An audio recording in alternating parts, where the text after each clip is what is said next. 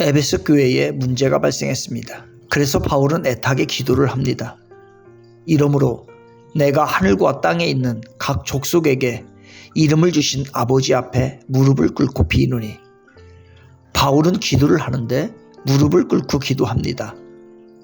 여기서 무릎을 꿇는다는 말은 바울이 어떤 심정인지를 보여주는 것입니다. 일반적으로 유대인들은 서서 기도를 합니다. 하지만 간절한 마음으로 기도할 때는 무릎을 꿇게 됩니다. 사도 바울이 에베소 교회를 위하여 얼마나 애타게 기도하고 있는지를 보여주고 있습니다. 바울은 왜 그렇게 고단한 기도를 하는 것일까요? 도대체 무슨 기도를 그렇게 무릎을 꿇고 하는 것입니까?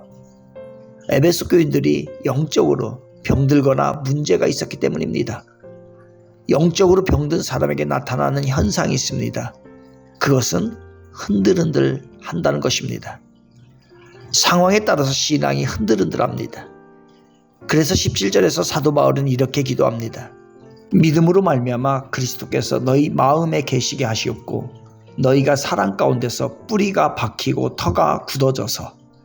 뿌리가 깊은 신앙은 흔들리지 않습니다. 그런데 뿌리가 깊지 못하면 조그마한 시련이 와도 죽게 됩니다. 평상시에는 괜찮습니다. 신앙에 아무런 문제가 없는 것 같습니다.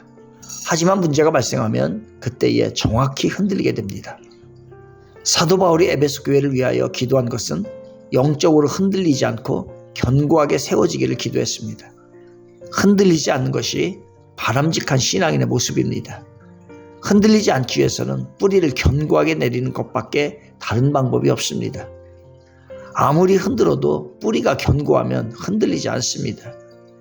보이지 않는 뿌리가 나를 살게 합니다. 우리는 오직 예수님께 견고한 뿌리를 내려야 합니다. 골로새서 2장 7절의 말씀입니다. 그 안에 뿌리를 박으며 세움을 받아 교훈을 받은 대로 믿음에 굳게 서서 감사함을 넘치게 하라. 예수님께 뿌리를 내렸다는 말은 예수님 외에는 구원이 없다는 확실한 신앙 고백으로 무장하는 것입니다. 주는 그리스도시요 살아계신 하나님의 아들이라는 신앙 고백을 가진 자는 예수님의 사랑에 뿌리를 내린 자입니다.